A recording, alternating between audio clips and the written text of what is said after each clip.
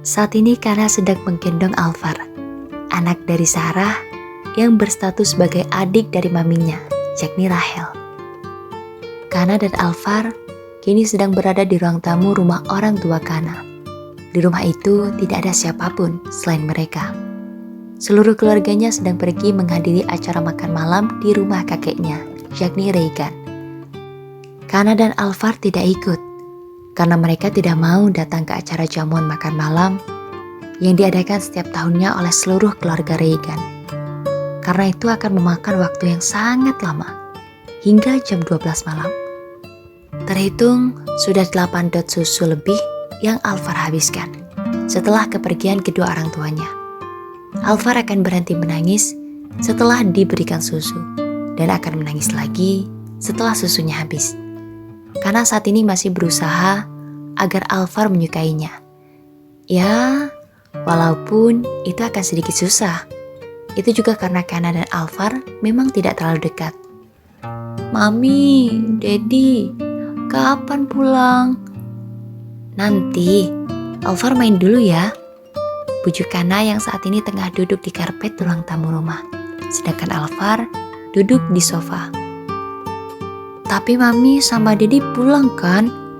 Tanya Alvar polos sambil bermain remote TV. Kenapa Alvar bermain remote TV? Karena di rumah Kana sama sekali tidak ada mainan untuk bocah seumuran Alvar. Iya, nanti Daddy sama Mami pulang kok, jawab Kana. Alvar mau beli es krim gak? Tanya Kana.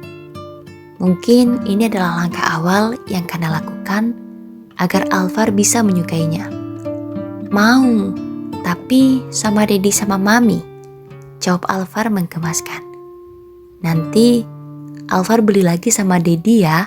Sekarang sama Kak Kana dulu, oke? Oke. Alvar pun melepaskan mainan remote TV-nya dan merentangkan kedua tangannya berharap Kana akan menggendongnya. Sangat menggemaskan. Gendong, kata Alvar polos. Kana pun langsung menggendong Alvar dan membawanya ke taman dekat rumah orang tuanya untuk membelikan Alvar es krim. Saat sudah sampai di taman, Kana membawa Alvar ke salah satu kedai es krim malam yang berada tepat di tengah taman.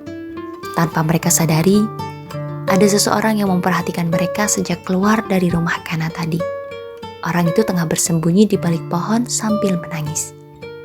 Alvaska memarkirkan motornya di area parkiran rumah orang tuanya. Setelah hujan-hujanan, bersama anggota geng motor Alvazar sore tadi, Alvaska memutuskan langsung pulang pada malam harinya. Cowok itu turun dari atas motor, lalu melirik sekilas jam yang dia kenakan, pukul 9 malam lewat 15 menit. Cowok yang masih mengenakan jaket hitam berlambang api di pundak kirinya itu berjalan perlahan memasuki kediaman kedua orang tuanya. Alvaska mengerutkan dahinya, heran ketika melihat 4 mobil sport mewah terparkir rapi di depan pintu utama rumah. Mobil siapa? Memilih mengabaikan. Alvaska kembali berjalan menaiki 7 anak tangga untuk menuju pintu utama. Cowok itu memutar handle dan membukanya. Alvaska berjalan melewati ruang tengah rumah. Ketika cowok itu hendak menaiki tangga menuju kamarnya di lantai atas, Alvaska langsung menghentikan langkahnya seketika. Saat tidak sengaja, mendengar obrolan ringan dari arah ruang tamu yang letaknya tidak jauh dari tempatnya berdiri saat itu.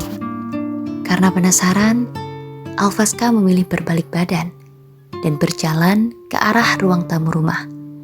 Dan seketika terkejut ketika mendapati Kenzo, Zila, dan Alzaska tengah duduk berhadapan dengan keluarga Pak Razi, salah satu rekan bisnis dari ayahnya, yakni Kenzo. Tatapan Alvaska terkunci pada salah satu gadis yang mengenakan gaun pendek berwarna peach. Gadis itu sangat cantik dan juga manis. Alvaska mengakuinya. Zila yang menyadari keadaan Alvaska lantas tersenyum, lalu berjalan menghampiri putranya yang masih terpaku, menatap gadis cantik yang berstatus sebagai anak dari Pak Razi. Alva, kamu habis dari mana sayang? Tanya Zila setelah sampai di hadapan Alvaska. Alvaska tersadar. Cowok itu beralih menatap Zila dengan tatapan menyelidik. Alva habis dari base camp. Cowok itu menunjuk gadis cantik yang duduk bersebelahan dengan Pak Razi. Dia siapa, Mah? Zila tersenyum. Dia calon istri kamu.